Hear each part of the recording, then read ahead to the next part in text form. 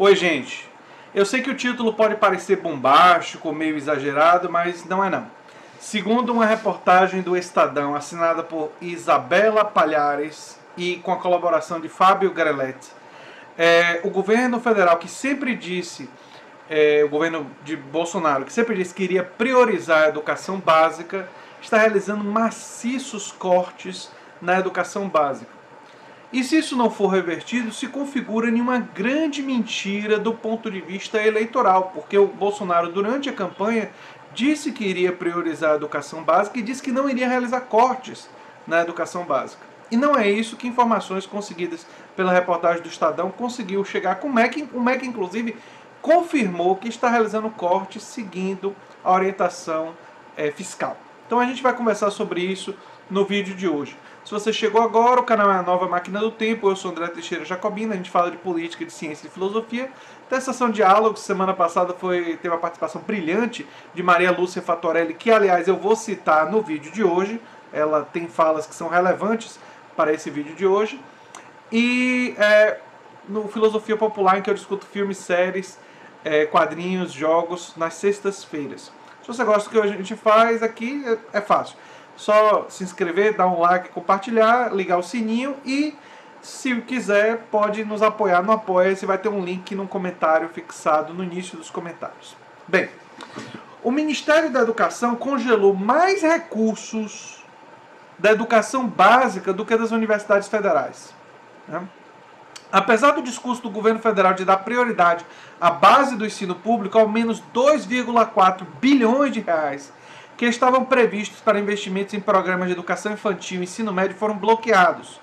As universidades federais estão sem 2,2, então aí 200 milhões de reais a mais bloqueados no ensino básico, né?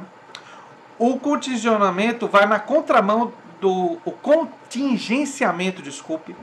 vai na contramão do que defende o presidente Jair Bolsonaro desde a campanha eleitoral. O aumento de investimento para a educação básica em detrimento do ensino superior. Anteontem, o presidente, em entrevista ao SBT, reafirmou a prioridade de seu governo. A gente não vai cortar recurso por cortar. A ideia é pegar e investir na educação básica. 2 dias antes, o ministro Abraham Weintraub publicou um vídeo no Twitter também defendendo a mudança de prioridades. Para cada aluno de graduação que eu coloco na faculdade, eu poderia trazer mais 10 crianças para uma creche. No entanto, eles cortaram das creches também. Eu vou chegar lá. Vamos lá. Levantamento feito a pedido do jornal Estado de São Paulo pela Associação Nacional dos Dirigentes das Instituições de Ensino Superior, a ANDIFES, com dados públicos do Sistema Integrado de Planejamento e Orçamento do Ministério da Economia, mostram que os bloqueios na pasta não pouparam nenhuma das etapas da educação. O MEC bloqueou, por exemplo, 146 milhões de reais dos 265 milhões previstos inicialmente para a construção de obras no ensino, em unidades do ensino básico. O valor poderia, por exemplo, ser destinado aos municípios para construírem creches, mas os municípios vão ficar sem essas creches, né? Foram retidos recursos até mesmo para modalidades defendidas pelo presidente e pela equipe que comanda o Ministério, como ensino técnico e educação à distância. Mesmo aquilo que é polêmico e que eles defenderam tanto e continuam defendendo, vem cortes e contenção de gastos. Todo o recurso previsto para o Programa Nacional de Ensino Técnico, Pronatec, 100 milhões de reais, está bloqueado. O Mediotec, a ação, eu nem conhecia o Mediotec. O Mediotec é a ação para que alunos façam ao mesmo tempo o ensino médio e o técnico, tem retido 144 milhões de reais dos 148 milhões previstos. Ou seja, só deixou de reter 4 milhões.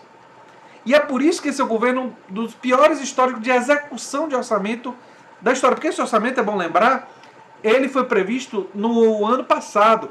O governo, quando assume, ele tem o direito, ele tem a possibilidade de reter, é isso que eles estão fazendo, mas eles não têm a possibilidade de estabelecer o orçamento, porque isso é estabelecido pelo governo anterior, né? Vamos lá. Foram bloqueados ainda recursos para a compra de mobiliário e equipamentos para escolas. capacitação de servidores, educação de jovens e adultos e ensino em período integral. Também houve uma pequena contenção em programas importantes de permanência das crianças de baixa renda nas escolas, ou seja, os mais pobres também apanharam. Com merenda, o corte foi de R$150 mil, e transporte escolar, aí já foi um corte gigante, de R$19 milhões. Né? Mônica Gardelli, superintendente do Centro de Estudos e Pesquisa em Educação e Cultura, o CEMPEC, diz que a fragmentação criada pelo ministro entre ensino básico e superior é ruim para a educação pública. Nossa maior defesa é por mais recursos para a educação básica, mas não queremos que sejam retirados das universidades. A educação tem que ser pensada de maneira integrada. Para onde vai esse menino do ensino médio hoje se não houver uma universidade nos próximos anos? Ou onde vamos encontrar bons professores sem investimento nas graduações? Boas perguntas, Mônica Gardelli, superintendente do Centro de Estudos e Pesquisas em Educação. Pois é. E o contingenciamento atingiu a mais antiga instituição federal de ensino básico do país, o Colégio Pedro II, no Rio. Os diretores divulgaram uma nota apontando para o risco de implicações devastadoras. Isso aí são os diretores do Pedro II, né? Falando que tem implicações devastadoras à instituição. A partir do congelamento de 36,37% do orçamento de custeio. Ou seja, nas universidades federais o congelamento foi de 30%. Só o Pedro II, um colégio público histórico do Brasil, o primeiro colégio público de ensino básico do país, teve 36% congelado. Né?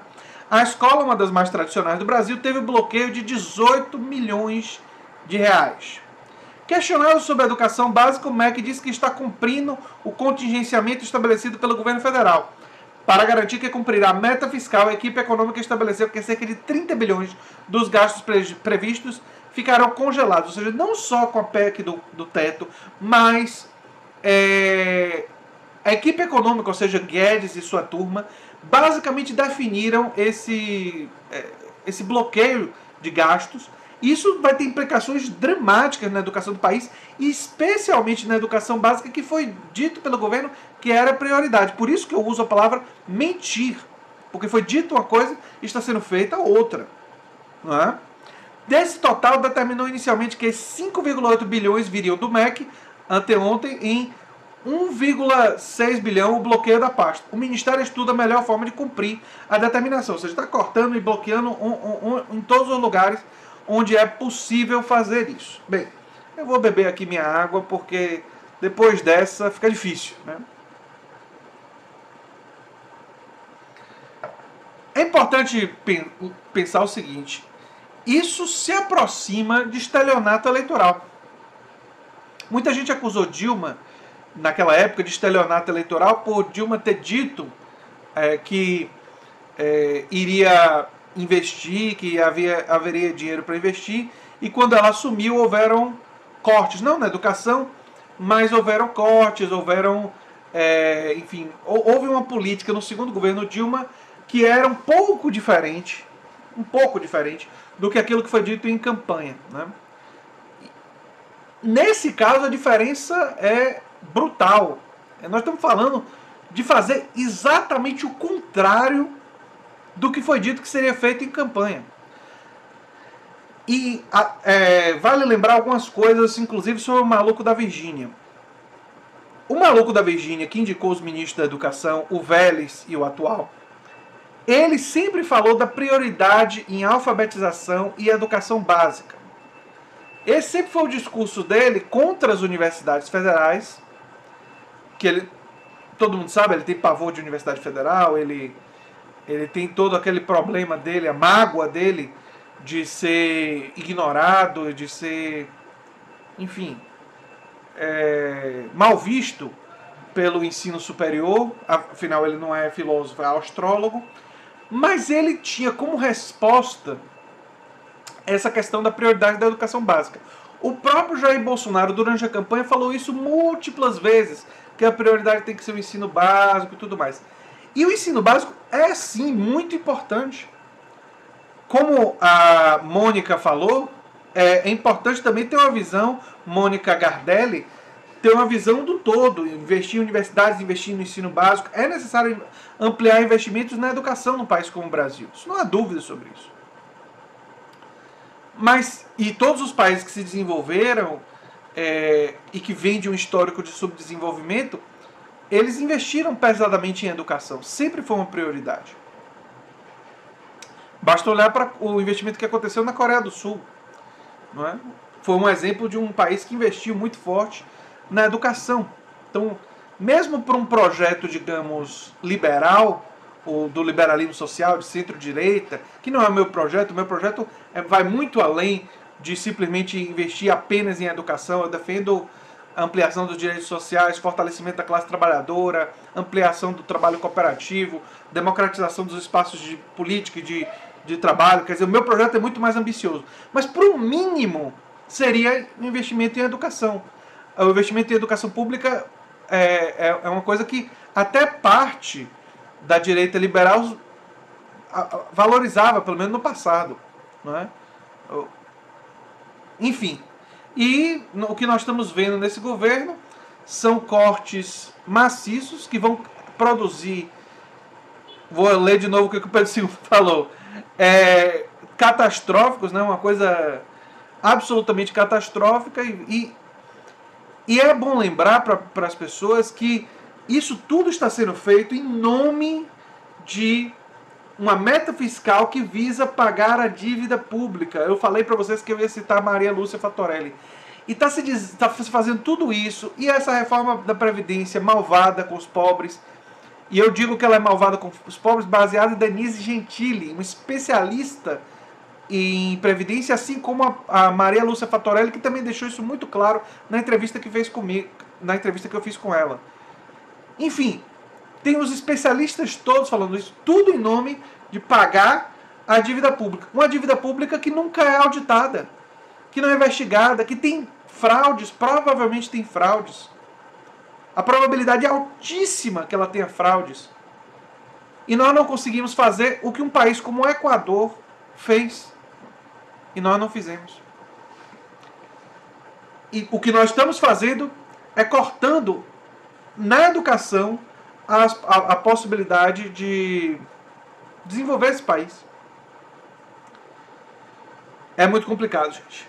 É muito, muito complicado, e a gente tem que pegar matérias como essa, tem que pegar essas informações e temos que divulgar para os 4 cantos do país. Porque a população pobre é a mais prejudicada. E a população pobre e a classe média tem que saber, todo brasileiro tem que saber, mas especialmente a população pobre e a classe trabalhadora precisa saber disso, para ir às ruas e fazer oposição a essas medidas do governo. E pode ser que amanhã ou daqui a uma semana o governo modifique isso e tenha gente vindo aqui querendo me chamar de mentiroso. Tá vendo? O governo agora está investindo na educação básica. Mas agora, no momento que eu estou fazendo esse vídeo, ele está cortando. Se no futuro ele mudar, vai ser por pressão. Pressão que esse vídeo faz parte. Mas não pode ser apenas esse vídeo. Não pode ser apenas gente no YouTube. Nós temos que organizar mobilização social. Nós temos que organizar pressão. Esse governo tem que saber, e o ensino público, inclusive, deve pensar em greves diante de medidas como essas. Tem que se pensar em greves nesse meio do ano. Para a greve, uma greve nacional, dizer para o Brasil, para a mídia, olha, estão havendo cortes absurdos na educação básica e o presidente e sua equipe tinham dito que a educação básica é prioridade, e não está sendo. Porque isso, uma greve nacional vai chamar a atenção da mídia e aí as pessoas vão saber. Infelizmente, meu canal que atinge vocês ainda não atinge milhões de pessoas. Quem sabe um dia. Mas a gente precisa fazer isso, gente. É muito importante. Era isso aí. Se você gosta do que eu faço, dê um like, compartilhe. Compartilhar nesse caso é muito importante. Com todos os seus amigos, conhecidos e pessoas que você puder compartilhar em todas as suas redes sociais. Se cada pessoa fizer isso, a gente atinge mais gente. Isso é muito importante para se contrapor a essa agenda anti-povo, essa agenda contra a educação. Contra a educação até mesmo que eles diziam que era prioridade. Enfim, se você gosta do que eu faço, dê um like e pense em nos apoiar no Apoia-se. Um abração e até o próximo vídeo.